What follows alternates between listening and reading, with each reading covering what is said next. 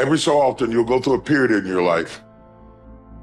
You will see yourself as a failure because you don't see yourself operating in the way that you dreamed that you would. The pressure in your life right now has a purpose. It's not crushing you. It's pushing what's on the inside of you out. It shows you who you are. It's how you find out what's on the inside of you. I want to remind y'all of the power of the mind. You can think your way into stress. You can think your way into misery, frustration. But if you change your mind, it'll change your life. You just have to decide in your mind what you want it to be.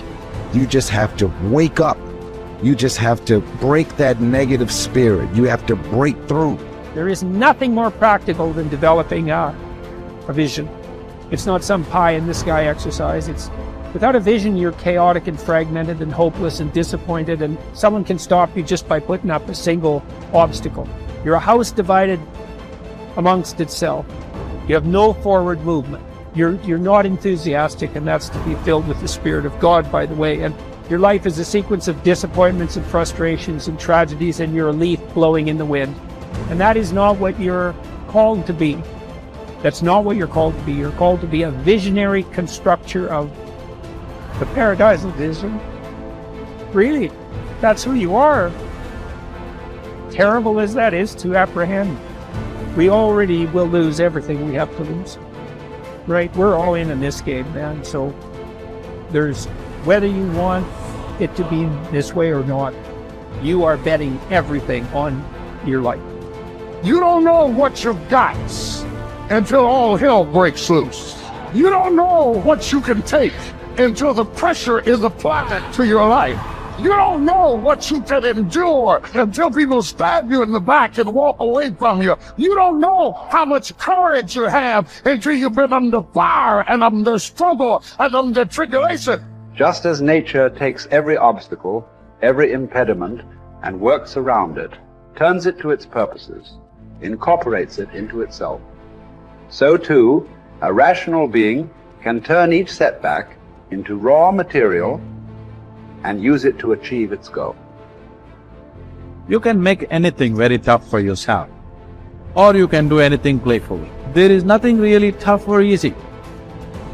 It is the way people experience it that something becomes very tough or something becomes a joyful process. If you make light of yourself, life will never sit heavy upon your heart. It will be light. But you think too much of yourself, everything will become difficult. Sitting, standing, somebody looked at you like this, so much difficulty, isn't it? Somebody did not look at you, so much difficulty. This is because you have made yourself bigger than what you are. You have ideas about yourself, exaggerated ideas about yourself. If you become too serious about who you are, then everything becomes difficult. If you carry yourself lightly, then everything is with ease.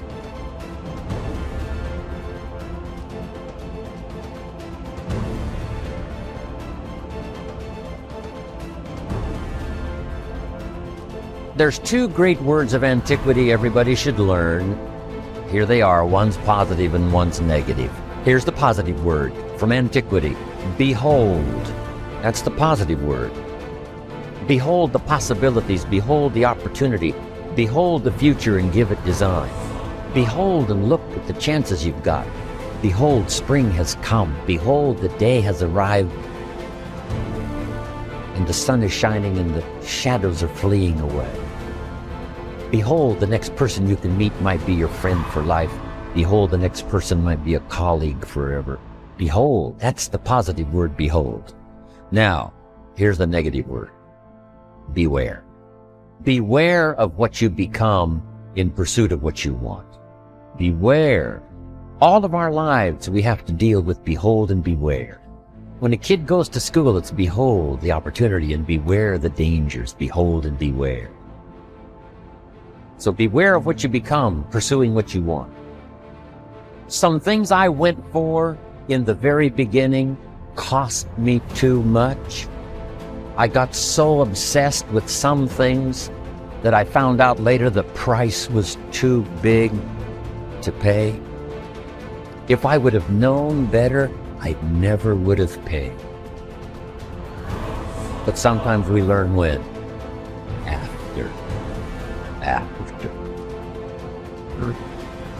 So don't become so obsessed with something that you lose your sense of reason, or it costs you your friends. Don't be so obsessed with something that you compromise your virtues and your value. The story says Judas got the money. You say, well, that's a success story. No. It's true, 30 pieces of silver was a sizable sum of money, but it was not a success story. His name was Judas. Doesn't that ring a bell? It makes all the difference in the world. Judas got the money. Here's something interesting about the story of Judas. After he got the money, he was unhappy. Someone says, well, if you had a fortune in your hand, why would you be unhappy? And here's the key. He was not unhappy with the money. He was unhappy with himself.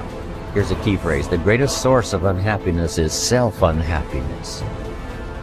It's not from outside the things that make us unhappy. Greatest devastating unhappiness is to be unhappy with yourself. Now, a mild form of unhappiness is construct. The desperate form of unhappiness is destruct. It's like worry. We should all worry a little, but not let it destroy our lives. So it's called caution, but not undue caution. It's called fear and worry, but not the worry that kills you, not the worry that destroys you. It's like hate. You don't need to hate your job. Save your hate for the important things like evil, like the weeds that attack your garden, like the diabolical ideas that try to entice your children. Right? You don't need to hate everything. I hate this, I hate that. That's the misuse of your hate. Save it for the things we really must.